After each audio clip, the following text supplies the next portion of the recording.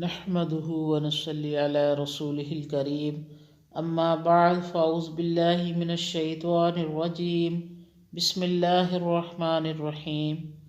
آج انشاءاللہ ہم سورہ بقرہ کی آیت نمبر 72 سے 80 کا ترجمہ اور تفسیر پڑھیں گے انشاءاللہ۔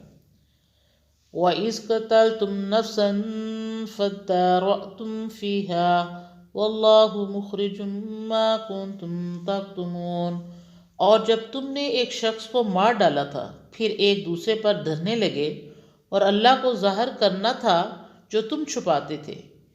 فَقُلْنَا اضْرِبُوهُ بِبَعْضِهَا كَذَلِكَ يُحْيِي اللَّهُ الْمَوْتَى وَيُرِيكُمْ آيَاتِهِ لَعَلَّكُمْ تَعْقِلُونَ۔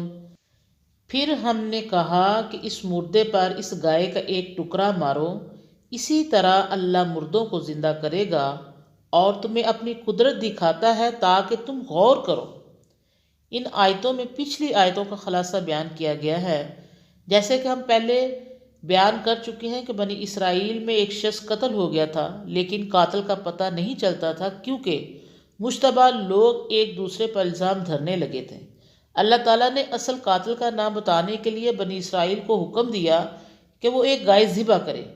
انہوں نے ٹال مٹول کی، جب کافی ہلے بہانے کر کے وہ اس پر تیار ہوئے تو اللہ تعالیٰ نے حکم دیا کہ اس گائے کے گوشت کا ایک ٹکڑا اس مقتول کی لاش پر مارو۔ گوشت کا مارنا تھا کہ مقتول زندہ ہو گیا اور اس نے قاتل کا نام و پتہ سب بتا دیا، اور اس طرح ایک بہت بڑی مشکل حل ہو گئی اور مقتول یہ بتانے کے بعد مر گیا۔ اللہ تعالیٰ نے یہ بھی بتایا کہ انسان کو مار کر جگانا ہمارے بس کی بات ہے، اور جس طرح اس مقتول نے دوبارہ زندہ ہو کر اپنی پہلی زندگی کے حالات بتا دیے تھے، اسی طرح ہم تمام انسانوں کو جب قیامت کے دن زندہ کریں گے تو وہ خود اپنے اعمال کی گواہی دیں گے۔ یہ واقعات اور نصیحتیں اللہ تعالیٰ اس لیے بیان فرماتا ہے کہ لوگ ان میں غور کریں اور اپنی زندگیوں کو سنوار لیں، گزشتہ اقوام کے حالات سے سبق حاصل کریں اور عبرت پکڑیں۔ ثم قست قلوبكم من بعد ذلك فهي كالحجارة أو أشد قسوة وإن من الحجارة لما يتفجر منه الأنهار وإن منها لما يشقق فيخرج منه الماء وإن منها لما يهبط من خشية الله وما الله بغافل عما تعملون۔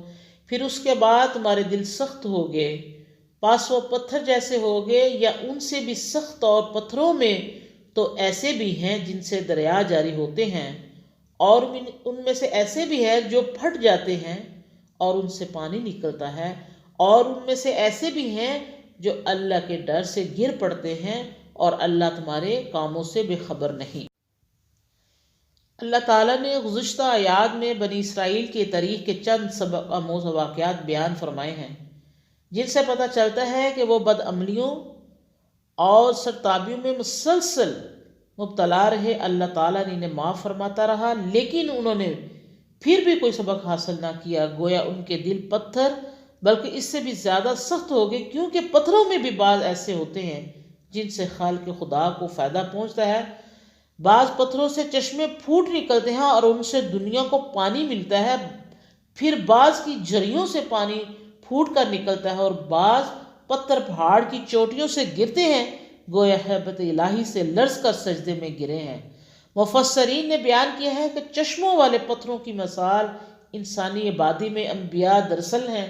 ان کی چشم فیض سے مخلوق خدا اپنی روحانی پیاس بجھاتی ہے۔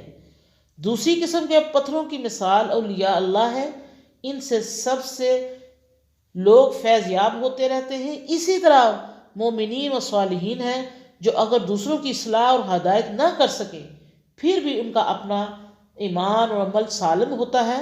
بنی اسرائیل نے نہ انبیاء علیہ السلام کی تعلیمات سے فائدہ اٹھایا، نہ نیک بندوں کی بات سنی، گویا ان کے دل عام پتھروں سے بھی زیادہ سخت ہو گئے تھے جن پر کوئی بات کارگر نہیں ہوتی۔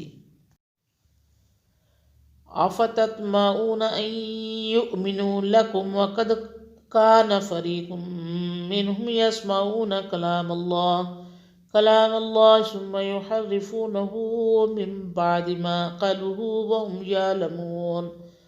اب کیا تم توقع رکھتے ہو کہ وہ تمہاری بات مانیں گے؟ اور ان میں ایک گروہ اللہ کا کلام سنتا تھا، پھر وہ جان بوجھ کر اسے بدل ڈالتے تھے اور وہ اصل بات جانتے تھے۔ اللہ تعالیٰ نے یہودیوں کی تاریخ کے اہم واقعات سنا کر اس سے پہلی آیت میں یہ بتایا ہے کہ یہ لوگ ان باتوں سے کوئی عبرت قبول کرنے والے نہیں، کیونکہ ان کے دل پتھر سے بھی زیادہ سخت ہو چکے ہیں۔ ان کے دلوں پر عبرتناک واقعات کا کوئی اثر نہیں ہوتا۔ اس آیت میں اللہ تعالیٰ مسلمانوں کو سمجھاتا ہے کہ کیا تم اس بات کی آرزو کرتے ہو کہ یہ تمہاری بات مان لیں گے؟ حالانکہ ان کے بڑوں میں حضرت موسیٰ علیہ السلام کے زمانے میں اور ان کے بعد بھی ایک فریق ایسا تھا جو اللہ کا کلام سننے کے بعد جان بوجھ کے اس میں تحریف کرتا تھا۔ جب ان کے بڑوں کا یہ حال تھا تو پھر ان کے بعد آنے والوں سے کس طرح امید ہو سکتی ہے؟ یہ لوگ بد نیت ہیں، یہ ہرگز ایمان نہیں لائیں گے۔ اللہ تعالیٰ کی اعلان سے پتہ چلتا ہے کہ یہودیوں کے اسلام لانے کی مسلمانوں کو کچھ توقع نہیں رکھنی چاہیے۔ وَإِذَا لَقُوا الَّذِينَ آمَنُوا قَالُوا آمَنَّا وَإِذَا خَلَا بَعْضُهُمْ إِلَى بَعْضٍ قَالُوا وَتُحَدِّثُونَهُم بِمَا فَتَحَ اللَّهُ عَلَيْكُمْ لِيُحَاجُّوكُم بِهِ عِندَ رَبِّكُمْ أَفَلَا تَعْقِلُونَ۔ اور جب مسلمانوں سے ملتے ہیں تو کہتے ہیں ہم مسلمان ہوئے، اور جب ایک دوسرے کے پاس تنہا ہوتے ہیں تو کہتے ہیں کیا تم کہہ دیتے ہو ان سے جو اللہ نے تم پر ظاہر کیا ہے، تاکہ تم سے اس کے ذریعے تمہارے رب کے آگے جھگڑا کرے؟ کیا تم نہیں سمجھتے؟ أَوَلَا يَعْلَمُونَ أَنَّ اللَّهَ يَعْلَمُ مَا يُسِرُّونَ وَمَا يُعْلِنُونَ؟ کیا نہیں وہ جانتے کہ اللہ کو معلوم ہے جو کچھ چھپاتے ہیں اور جو ظاہر کرتے ہیں؟ یہاں سے ان یہودیوں کا ذکر شروع ہو رہا ہے جو منافق تھے۔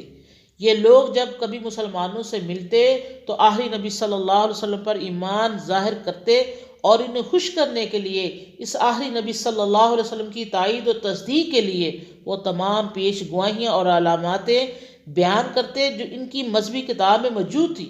لیکن جب یہ یہود آپس میں ملتے تو ایک دوسرے کو لعنت اور ملامت کرتے کہ کیا تم اپنی تعلیمات مسلمانوں پر ظاہر کر کے خود اپنے خلاف انہیں ہتھیار کیوں دیتے ہو؟ یہی دلائل مسلمان تمہارے خلاف استعمال کرتے ہیں اور تمہاری اپنی زبانوں کو سند بنا کر وہ اللہ کے ہاں گواہی دیں گے کہ یہود بہت کچھ جاننے کے بعد اصل دین کی طرف نہیں لوٹے۔ گویا یہ احمق سمجھ رہے تھے کہ ان باتوں کا علم مسلمانوں کو صرف یہودیوں کے ذریعے سے ہی ہو سکتا تھا، حالانکہ اللہ تعالیٰ ان کی ظاہر اور پوشیدہ تمام باتیں نبی کریم صلی اللہ علیہ وسلم اور مسلمانوں پر ظاہر کر سکتا ہے۔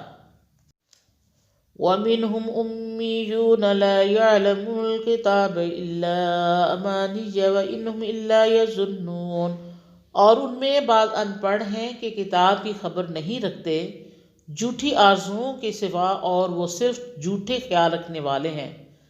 فَوَيْلٌ لِّلَّذِينَ يَكْتُبُونَ الْكِتَابَ بِأَيْدِيهِمْ ثُمَّ يَقُولُونَ هَٰذَا مِنْ عِندِ اللَّهِ لِيَشْتَرُوا بِهِ ثَمَنًا قَلِيلًا فَوَيْلٌ لَّهُم مِّمَّا كَتَبَتْ أَيْدِيهِمْ وَوَيْلٌ لَّهُم مِّمَّا يَكْسِبُونَ۔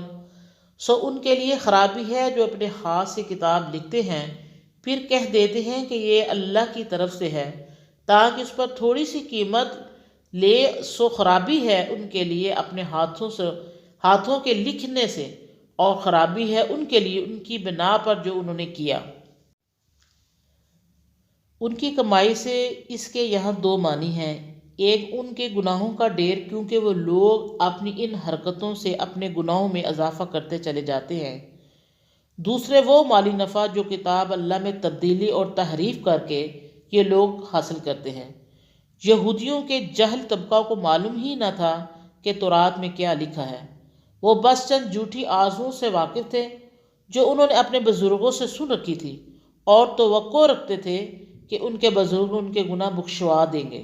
اللہ تعالیٰ فرماتا ہے کہ ان لوگوں کے لیے سخت خرابی ہے جو اللہ کے احکام بدل ڈالتے ہیں اور کہتے ہیں کہ یہ خود اللہ کا حکم ہے۔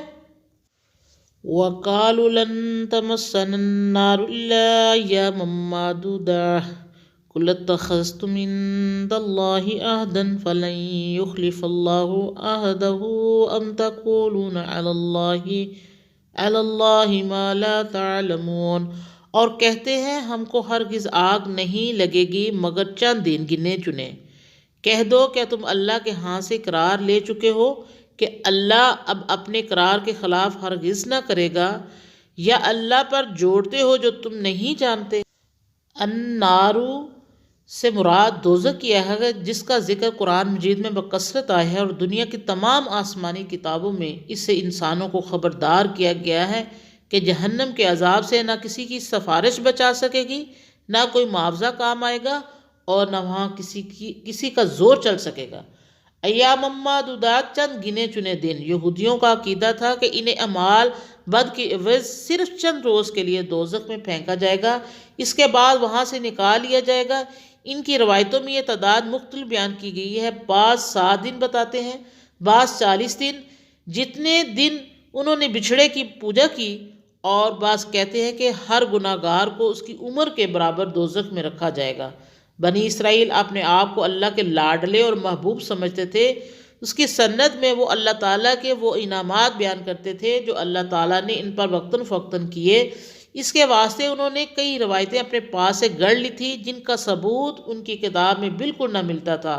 ان من گھڑت اور جھوٹی روایتوں میں سے ایک روایت یہ بھی تھی کہ ان کا عقیدہ تھا کہ ان کے اعمال بد کے بدلے اگر اللہ تعالیٰ انہیں کوئی سزا دی تو وہ گنتی کے صرف چند روز کے لیے ہوگی، وہ ہمیشہ دوزخ میں نہیں رہیں گے۔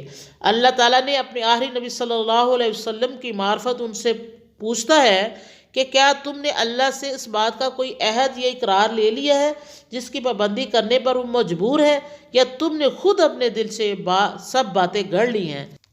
اس کا جواب اس کے سوا کچھ نہیں کہ ان کے یہ سب دعوے محض من گھڑت ہیں۔ ان باتوں کے لیے ان کے پاس مذہب کی کوئی سند موجود نہیں۔ اللہ سے دعا ہے کہ ہم نے جو کچھ پڑھا سنا اس میں جو کوئی غلطی کوتاہی اللہ میں معاف کرے، اور ہم نے جو پڑھا سنا اللہ ہم اس پر عمل کرنے کی توفیق عطا فرمائے۔ آمین یا رب العالمین۔